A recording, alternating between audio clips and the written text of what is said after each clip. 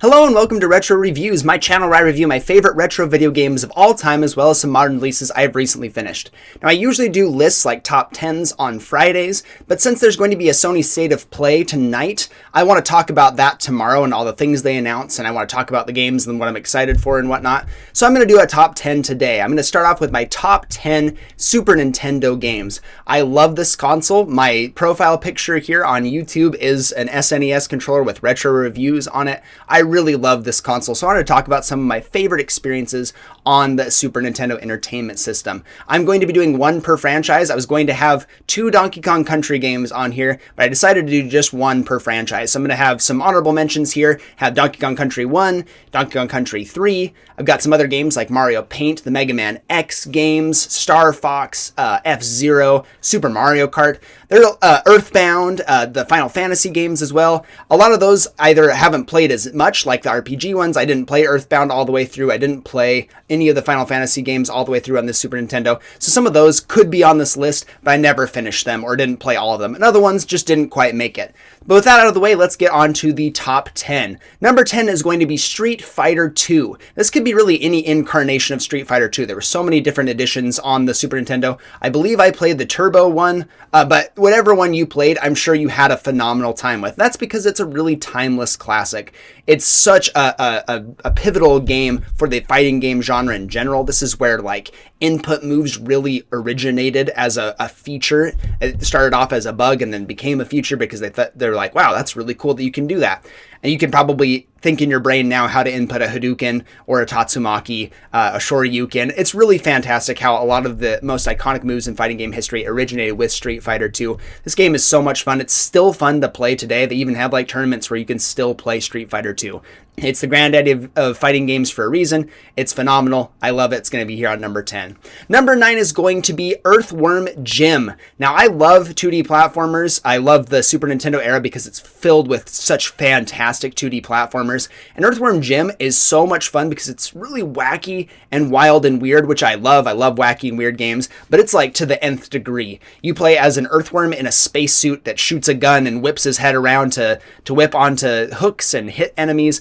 It's bizarre, it's baffling, it's stylish, it's fun, and it is brutally difficult. This is one of the hardest games to beat without save states if you're not emulating the game. I have beaten the game from start to finish without using save states or using emulation at all, but it is extremely difficult. This game is so hard, especially like the bathysphere level or the escorting the dog on the in space to try and get him to not fall into the holes, because if he does, he comes out as a mutant monster and attacks you. This game just is really punishing, but it's so much fun. With an epic soundtrack, great environments, some fun mini games. This game really has it all. I love Earthworm Jim.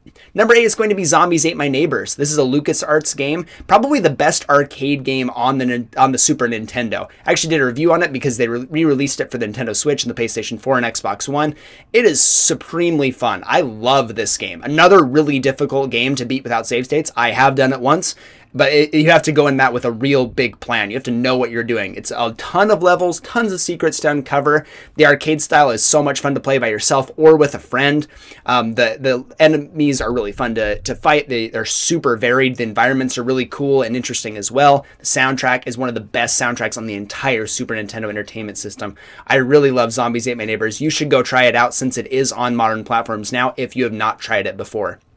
Number 7 is going to be Mario RPG Legend of the Seven Stars. I love this game. I love the remake. They're both phenomenal. I really love that Nintendo's collaboration with Square. They did a really fantastic job of putting Mario in a universe where an RPG style element really works for him. I love the new character with Geno. He's still a fan favorite for Smash. A lot of people want him. I think he'd be really cool as well. I like that he's at least a Mii costume. This game has so many fun things in it. Great worlds to explore. You get to play as Bowser and Peach in the same party. Again, you've got Geno, who's a really cool and interesting character. You have a great storyline. You have some of the weirdest villains in all of Mario because this is a collaboration with Square. They get to use their own art style. And the whole game has a really cool style, almost like a claymation type thing. I really love Mario RPG Legend of the Seven Stars. It's one of the first ones I ever finished from start to finish, one of the first RPGs I ever finished. I still love this game to this day. I'm so glad I got a Switch port. That means there's hope for or maybe a sequel in the future. I know the director has talked about wanting that to be his final game.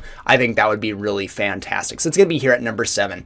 Number 6 is going to be Yoshi's Island. Now, this is a game that I really love, but I haven't played as of late, but I remember very fondly. This one is technically like a sequel to Super Mario World, even though it's not. It's its own thing. This is officially the first Yoshi game that you can play as Yoshi, and it's really fun. The platforming is great. The egg mechanic is really cool. The fact that if you get hit, you lose Baby Mario and you have to go and save him.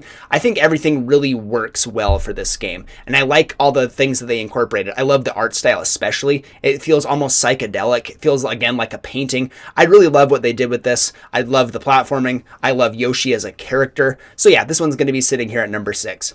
Number 5 is going to be Donkey Kong Country 2, Diddy's Kong Quest.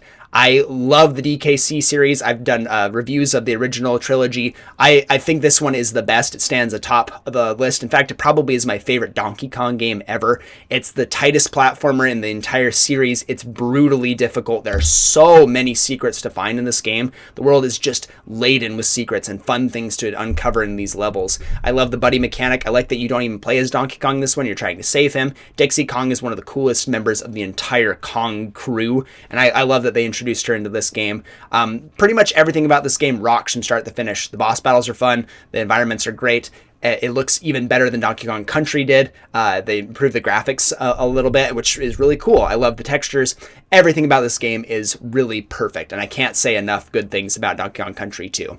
Number 4 is going to be Chrono Trigger. Now, this is the one where you could argue that like a Final Fantasy could be on this list, but again, since I haven't played those all the way through, Chrono Trigger is going to be my pick. And I don't know if anyone would argue that Chrono Trigger is not the best Super Nintendo RPG. This one has so much staying power. People remember Chrono Trigger so fondly, and for good reason. It's a massive game. You have multiple endings, some of the coolest characters in all of video games, period. You have art by Akira Toriyama, the creator of Dragon Ball. Like, this has all of the elements of a perfect RPG, and it is, by all accounts. This is one of the best RPGs ever made, period, and I love it from start to finish. So it's going to be here at number 4.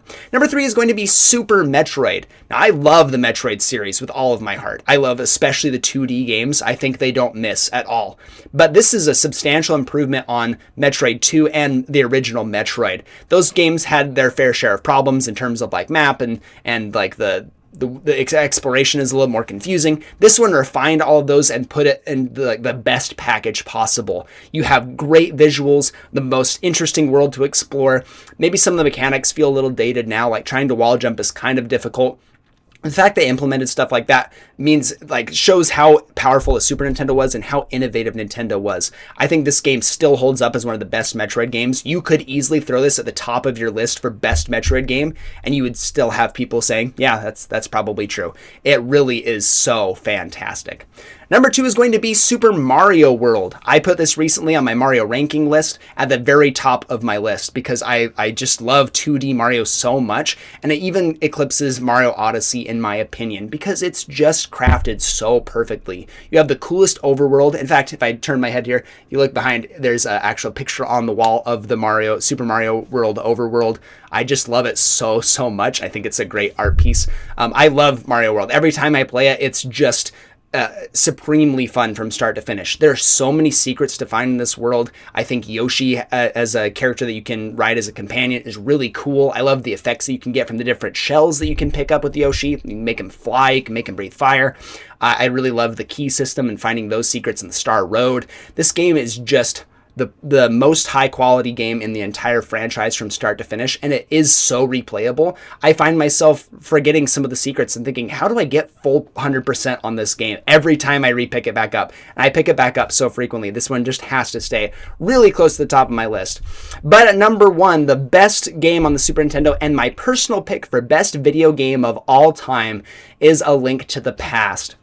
I've talked about this before. If you have seen my video of best games of all time, you're probably not surprised that I'm putting this at the top of my SNES top 10 here. But A Link to the Past is by all accounts a perfect Zelda game and a perfect video game in my opinion. The dungeon design has never been better in any of the 2D Zelda games. I don't think they've ever been able to make something as good as Link to the Past.